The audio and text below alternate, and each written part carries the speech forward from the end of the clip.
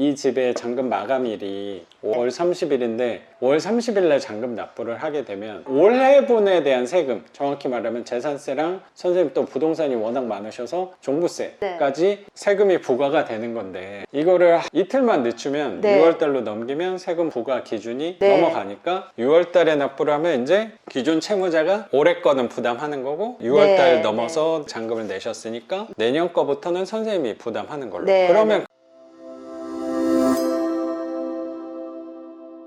이제 연락처 준 것만 해도 어디에요? 제가 연락처 받은 것만 해도 너무 감사하죠. 저는 그런 사실 것들이 우리는 그것만 하면 되는 거였는데. 그것도 너무 신기한 거예요. 저는 그 연락처들 다 잘 받아요. 5물건 다 그랬어요. 맞죠, 선생님? 다 그냥 그날 당일날 다 됐어요. 그러니까 뭔가 선생님이 하신 것들은 다 술술 풀렸다는 생각이 되게 들어요. 너무 신기해요, 저도. 심지어 이것도 굉장히 골치 아플 것 같지만 이것도 술술 풀릴 것 같은 네, 맞아요. 느낌이 되게 드는 것 같아요. 그런 것 같아요. 네.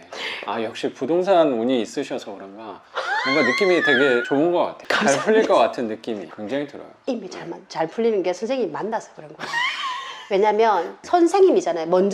선생님이 먼저 그 길을 가고 계시는 거를 저는 그냥 따라갈 뿐이에요. 얼마나 운이 좋은 사람이에요, 제가. 그렇게 선생님이 바라봐 주셔서라고 저는 생각해요. 그분이 이거를 하기 위해 가지고 경매를 좀 배우셨나 봐요. 세입자분이. 네, 그러면서 뭐 법적인 걸 저에게 막 보여주고. 그렇지만 저는 항상 이제 선생님 말씀한 것처럼 죄송합니다. 이 정도 선까지는 협의가 가능하답니다. 라고 이렇게 이 부분에 대해서 제가 말씀드려 보겠습니다. 이런 식으로 계속 얘기를 했어요. 근데 어느 날 전화가 왔어요. 본인 사정을 다 벌써 집을 구했다. 본인 사정을 다 이야기를 하는 거예요. 이렇게 해서 이렇게 흘러왔고 개인사를 다 이야기하시는 거예요. 그래서 진짜 신기한 거예요. 본인의 사정을 얘기를 하길래 저는 또 충실하게 그분이 어떻게 최선을 다할 수 있을까에 대해서 또 같이 고민해주고 들어줬거든요. 아, 그런 거 잘하잖아요, 선생님이. 제 말도 하는 걸 좋아하는데 그런 얘기를 그 사람 입장에 서서 들으려고 해주려고 노력을 하고 있어요. 의식적으로라도.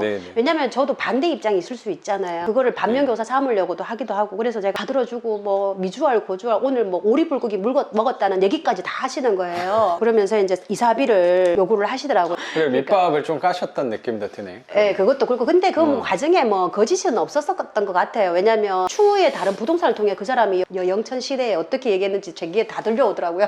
여기 좁은 도시다 보니까 10만 도시다 보니까 그 요구를 하길래 그 요구에 제가 드리기가 힘드니까 제가 할 수 있는 부분에 대해서는 제가 이제 다 충실하게 하고, 제가 한번 전화를 드려서 선생님께 이 과정들을 계속 말씀을 드리면서 이제 선생님 말씀만 하시는 걸 참고를 해서 마지막에는 선생님께서는 이제 미안하다, 문자 더 보내라, 확인 한번 하라 하셨는 거를 선생님 저는 이제 그거를 안 하고 싶어요. 왜냐면 제가 할 수 있는 부분은 다 한 것 같아요.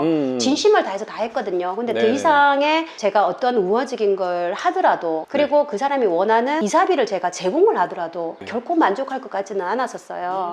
저는 그게 이 집이었구나. 네네네. 그래서 이제 제가 할 수 있는 부분 다 한 것 같아요. 이제 저는 기다리기만 하면 될 것 같고. 그래서 선생님께서는 빨리 안 나갈까 봐에 대해서 걱정하는 거냐고 저희 여쭤보셨어요. 근데 저는 그게 걱정은 되진 않았어요. 왜냐면 시간이 걸리다 뿐이지 언젠가는 해결될 거기 때문에. 목적지는 한 가지잖아요. 어차피 해결될 거예요. 맞아요. 그게 3개월이든 4개월이든 5개월이든 저는 기다릴 수 있거든요. 그게 뭐가 그렇게 중요해요. 그래서 전 기다리면 돼요. 그래서 뭐 기다리고 있었죠. 그래 있는데 전화가 온 거예요. 이사를 가겠다. 갑자기 선생님 그냥 가만히 마음 비우고 4, 5개월 걸려도 괜찮다. 그 전에 막 화를 내고 하던 사람이 화도 냈다가 선생님도 즐거워했다. 약간 기분 상한 게 있었잖아요, 분명히. 너무 무리하게 요구하니까. 그러니까 기분도 상하고 뭐 그치만 근데 동요되고 이러지는 않았어요. 왜냐면 그럴 수 있잖아요, 그분 입장에서는. 그래서 제가 그거를 동요해가지고 뭐 어차피 이건 다 과정을 거쳐야 될 부분이고, 그래서 당신 쿨하게 100만 원만 달라 이렇게 얘기를 하더라고요. 그래서 그건 힘들겠다고 이제 똑같이 이제 문자를 보내드리고 또 있었어요. 그랬더니 전화가 와서 그거 안 했네, 이거 5월 30일이 맞아, 그거 보니까 그것도 맞아, 물어보려고 그랬더니 납부일이 5월 30일인데 제가 5월 30일 날 하려 하다가 종부세 세금이 이런 것들 때문에 6월을 넘겨야겠다. 그래서 그러면 제가 선생님한테 여쭤봤잖아요. 6월을 넘기게 되면 제가 피해보는 게 뭐가 있냐요 하니까 연체 이자만 내면 된다. 그래서 선생님이 진짜 계산을 빨리 하시더라고요. 아, 그럼 15%면 하루에 16,000원 정도다.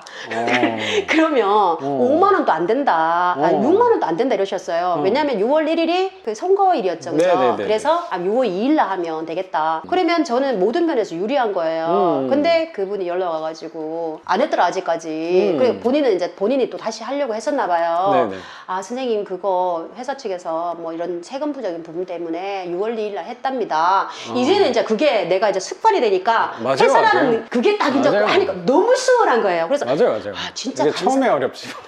진짜 감사한 게 그게 맞아요. 처음에 입에는 안 붙었는데 네. 이 물건 때문에 그 오. 어려운 것들 때문에 이제 쉬워진 오. 거예요. 아, 가상의 그것들이 딱 이제 되면서 아, 또 하나의 강을 넘은 거예요. 그러네. 끝나지 않으면 아무 일이 일어나지 않아요. 저기에 보석이 있는데 내가 여기서 분들 끝나야 되잖아요. 획득하기 위해서는 비바람을 만나더라도. 그래가지고 6월 2일 날 듣기로 하고 그 사람이 그 이사비를 요구하는 걸 제가 못 들어드렸죠. 왜냐하면 배당을 받으실 거니까. 네네. 이 부분은 한번 짚고 넘어가면 좋을 것 같은 게 이 집의 잔금 마감일이 5월 30일인데 5월 30일 날 잔금 납부를 하게 되면 올해분에 대한 세금, 정확히 말하면 재산세랑 선생님 또 부동산이 워낙 많으셔서 종부세까지 세금이 부과가 되는 건데 이거를 이틀만 늦추면 네. 6월달로 넘기면 세금 부과 기준이 네. 넘어가니까 6월달에 납부를 하면 이제 기존 채무자가 올해 거는 부담하는 거고 6월달 네. 넘어서 잔금을 내셨으니까 내년 거부터는 선생님이 부담하는 걸로. 네. 그러면 네. 그게 재산세나 종부세를 생각을 해보면 뭐 이틀에 대해서 네. 선생님이 연체 네, 이자를 네. 내신 4만 거니까. 얼마 나왔더라고요. 아, 4만 얼마. 네, 네. 4만 얼마와 이 재산세와 종부세 하면 못해도 한 20만 원 돈은 할 거거든요. 세금이 훨씬 더 금액이 크니까 차라리 네. 연체 이자를 내자. 어쩜 이렇게 또 현명하게 행동을 하셨을까? 선생님께 그때 말씀을 드렸잖아요. 제가 이렇게 하는 게 나을 것 같아요. 그랬더니 맞아요 라고 얘기하시더라고요. 네. 결정은 선생님이 하신 거니까 네. 그래도 경중을 잘 따져서 네. 현명하게 판단하신 거라고 생각이 네, 드네요. 네, 네. 그래서 세입자가 연락 왔을 때 네. 아, 이 부분 때문에 내가 일부러 연체를 시킨 거다. 그러면 너 납부 안 하는 거 아니었냐? 뭐 이런 그래, 그런 느낌이었는데, 어. 그러니까는 알았다고 이제 약간 화나는 듯한 뉘앙스로 끊으셨어요. 문자가 왔어요, 저에게. 이제 이사 안 간다. 나 이사 안 갈 거다. 내가 6월 7일날 이사 가려고 방을 갖다가 180만 원짜리 구했다. 어쨌든 어떤 집을 구했다는 얘기, 어디 위치에 재개발되는 위쪽에 뭐 지인 언니를 통해서 그 가게에 구했다. 뭐 이런 얘기까지 다 했어요, 저에게. 6월 7일 가기로 해놓고는 이제 나 이제 안 간대요. 그 이야기를 듣고는 나 안 가겠다. 배짜라. 난 계속 견딜 거다. 그때까지는 내가 살 수 있으니까, 그늘 권한이 있으니까 하면서 어디 뭐 법적인 거 뭐 잘라가지고 저한테 에이. 보내면서 협박하듯이 왔더라고요. 그게 요분이었구나. 저한테 보내주신 거죠. 네네네. 그래서 선생님께 또 질문을 드렸죠. 별로 금나지가 않더라고요. 왜냐면 패를 이제 그분은 너무 많이 보여주셨고 협상을 좀 했으면 좋은데 협상을 하려고 하는 아쉬운 부분이 저는 사실은 있었어요. 그래서 이런 경험 때문에 내가 어떤 배울 점이 있겠지 생각을 하고 저는 그냥 기다리기만 했어요. 그리고 저는 또 요 집만 신경 쓸 게 아니라 제 그렇죠. 삶이 또 따로 있으니까 그렇죠. 언젠가는 또 좋은 걸로 해결될 것이다 이렇게 하고 기다리고 있었죠. 그래서 다시 연락이 와서 6월 7일 날 이사를 가겠다.